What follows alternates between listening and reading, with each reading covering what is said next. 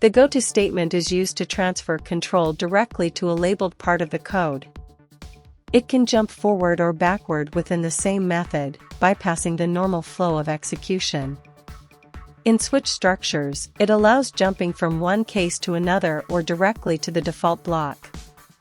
This can be helpful when different cases share logic or when it's clearer to redirect control instead of duplicating code.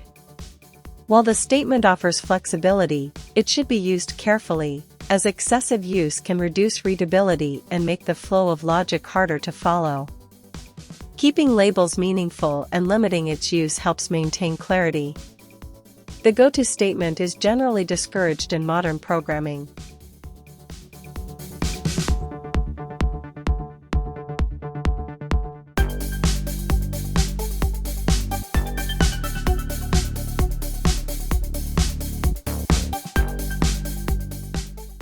The Goto statement begins with the keyword followed by a label or a case label within the same method. A label is defined by writing a name followed by a colon. The statement causes the program to jump directly to the specified label, skipping any code in between. This statement must stay within the same method and cannot cross method or block boundaries. Labels must be unique within the method and clearly indicate where the program will continue after the jump,